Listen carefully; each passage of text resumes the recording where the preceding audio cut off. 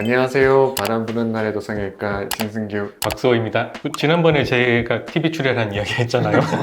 그때 또 방송에 나온 게 좀 짧아서 오해하실 수 있는 부분이나 아니면 더 설명이 좀 필요한 부분이 있는 것 같아서 거기에 대해서 다시 한번 이야기해 보려고 합니다. 그때 제가 박군님 정수리 탈모랑 M자에 대해서 상담을 해드리면서 모발이식에 대해서 설명해 드렸잖아요. 그것도 이제 앞뒤가 좀 잘려서 중간 과정을 아시면은 실제로 정수리 탈모나 M자 탈모가 있는 분들에게 더 도움이 될 것 같습니다. 그래서 실제로 오셨을 때 보니까 M자는 일단 살짝 있고요. 근데 옛날부터 약을 잘 드셨어요. 그래서 더 이상 진행을 안 하고 있는 상태였고, 정수리 쪽은 조금 약해져 있긴 한데 지금 왼쪽 화면이 정수리 쪽이고 오른쪽 화면이 뒷머리거든요. 비교해 보시면 한눈에 아실 수 있을 것 같아요. 왼쪽을 보면은 밀도도 좀 떨어져 있고 얇은 머리도 많고 하나씩 나는 머리도 많거든요. 오른쪽 뒷머리에 비해서. 근데 이거는 현미경으로 봤을 때 이렇고 실제로 보면은 두피가 많이 비쳐 보이는 건 아니에요. 그런데 이제 좀 얇아져 있으니까 힘이 없고 여기가 약간 꺼져 있는 정도. 보통 이 정도면은 수술을 권해드리지는 않거든요. 이 정도의 정수리 쪽 보통 권해드리는 편이신지. 정수리 같은 경우에는 진짜 많이 비어있지 않는 경우에는 잘 권해드리진 않는 것 같아요. 이렇게 비어있는 요 사이사이 면모 더 심는다고 사실 수술적으로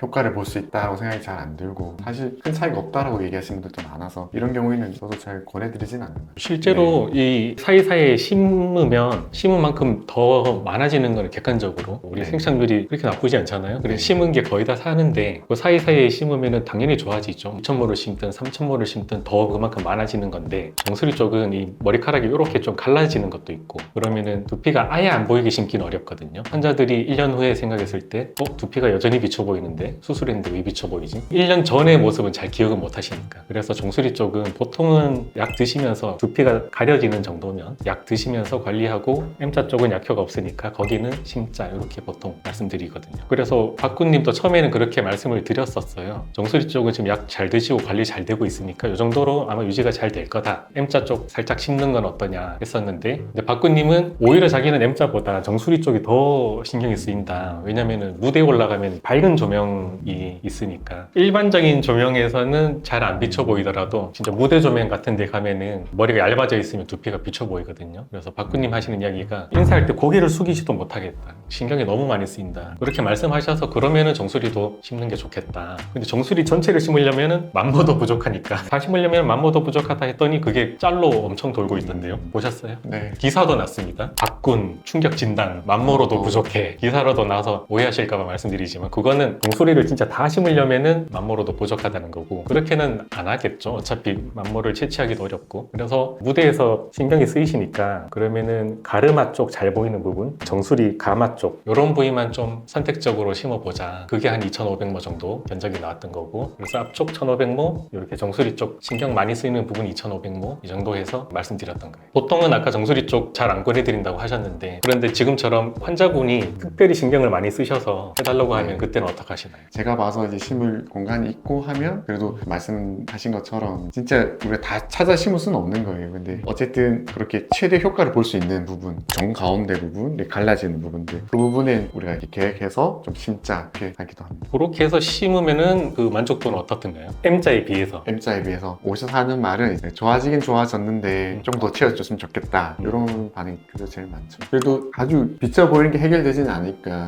그래도 좋아졌지만 조금만 더 채웠으면 좋겠다, 이런 분들이 더 많으신 것 같아요. 심기 전이랑 똑같다 하는 분들 없던가요? 그런 분도 있죠. 그런 분들이 정수리 수술은 꽤 있습니다. 실제로 이걸 사진을 비교해드리고 현미경 사진 비교해드리면은 인정은 하시는데 본인 느끼기에는 똑같다고 하시는 분들이 꽤 많아서 정수리 쪽 이식은 조심스럽게 권해드리고, 수술하더라도 아마 1년 후에 잘 못 느끼실 수도 있다. 객관적으로는 많아지는 건 맞는데 본인이 생각하기에는 효과가 없다고 느낄 수도 있다. 아니면 적다고 느낄 수도 있다. 이건 충분히 설명드리고, 대부분은 많이 심하지 않으면 약물 치료로 잘 관리해보자. 이렇게 보통 설명을 드리죠. 정수리 탈모가 생기는 이유가 따로 있나요? 그것도 대부분 유전이죠. 특히 남자분들은 여기 M자 좀 올라가다가 정수리 쪽이 시작되고 나중에 만나서 이렇게 우리 흔히 대머리라고 하는 그렇게 되는 거고, 아니면은 정수리만 전체적으로 밀도가 낮아지는 분들도 있기도 있고, 여자분들도 대부분은 유전이죠. 유전성으로 중간부터 이렇게 아니면 앞쪽부터 라인이 밀리는 건 아니지만 밀도가 전체적으로 줄어드는. 부모님이나 할아버지가 탈모가 없어도 유전이 생길 수 있나요? 남자든 여자든 대부분 대부분 정수리 탈모는 유전인데 유전 말고는 스트레스나 과도한 다이어트나 다른 질환들, 갑상선 질환이나 여러 가지 질환들이 있거든요. 그렇게 빠지는 경우도 있고 근데 그렇게 빠지는 경우는 원인이 해결되면 대부분 다시 다 나는 경우고 그래서 이식까지 가는 경우는 드물죠. 종편에 얘기했듯이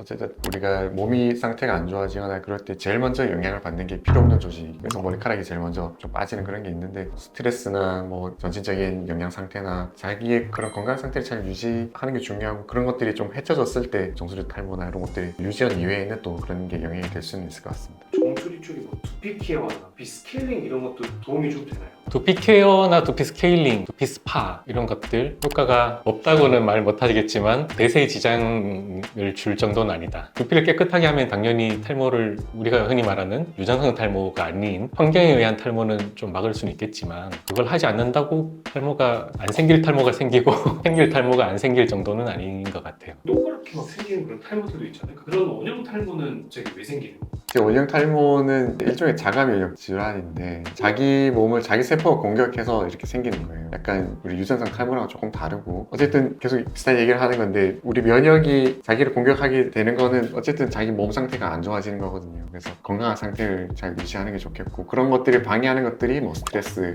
뭐 수면 장애, 몸주, 흡연, 논문에서는 뭐 지방산, 뭐 글루텐 뭐 이런 것도 얘기를 하던데 일반적인 전신 상태 그리고 영양 상태 이런 것들을 본인이 좀 스스로 잘 판단해서 잘 유지하는 게 저는 좋은 것 같습니다. 그래서 정수리 탈모는 수술로 완벽해지기는 어려운 탈모거든요. 수술로 만들 수 있는 한계가 있기 때문에 정수리 탈모는 적절한 약물 치료나 관리가 중요하고 수술을 결정할 때는 아주 신중하게 전문가랑 잘 상의하셔서 내가 지금 수술을 할 정도인지 수술을 해서 얼만큼 좋아질지 좋아지더라도 내가 얼마나 만족할 수 있을지 이런 거를 미리 좀 잘 알아보시고 결정하시는 게 좋을 것 같습니다. 그래서 최근 네이버 검색이나 이런 거 보면 정수리 탈모로 인한 이제 그런 검색량이 많이 높아지고 있고 이제 관심이 많아지고 있는 것 같아요. 그래서 오늘 이런 얘기를 해봤고 또 저희가 미리 또 정수리 탈모에 대한 여러 가지 이야기를 한 영상들이 있으니까 그 영상도 참고해 주시면 도움이 될 것 같습니다. 그럼 오늘 영상 여기서 마치고 궁금한 점 있으면 댓글로 달아주세요. 지금까지 바람 부는 날에도 성형외과 신승규 박수호였습니다. 감사합니다. 감사합니다.